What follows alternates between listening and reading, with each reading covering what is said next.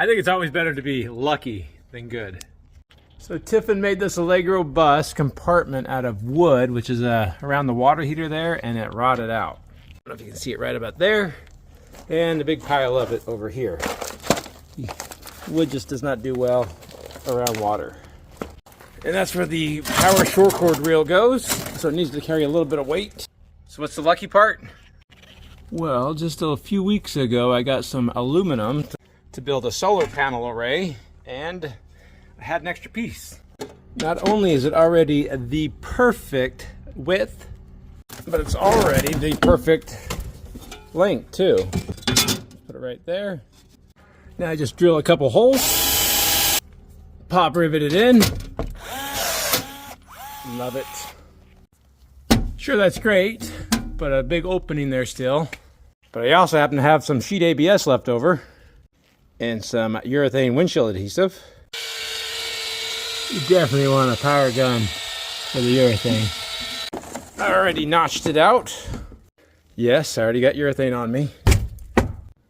Why not have 2 layers? I mean, I didn't go to expensive engineering school. But I like to imagine that if I did, day one instructions in material science would have been don't use wood in a water bay. Even if you put a non-organic fiberglass membrane on top and a nice aluminum sheet metal splash guard underneath, it's probably going to get wet in between. Now, if there's any good news to be learned,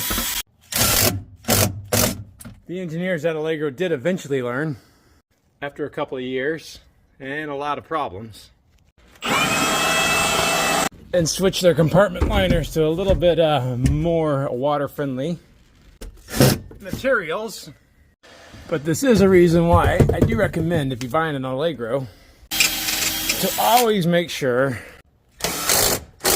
you inspect or have somebody inspect the underside of these compartments, especially the water compartment, which is just rear of what I'm working on, and make sure it's not rotten and the fresh water tanks and the holding tanks aren't falling out the bottom side of the RV. It's a very common problem on Allegro buses from about 2007 to about 2013. It's not nearly as inexpensive to do that bay as it is to do this small bay over here. Oh yeah, not going anywhere. Now I just have a few more batteries to switch out.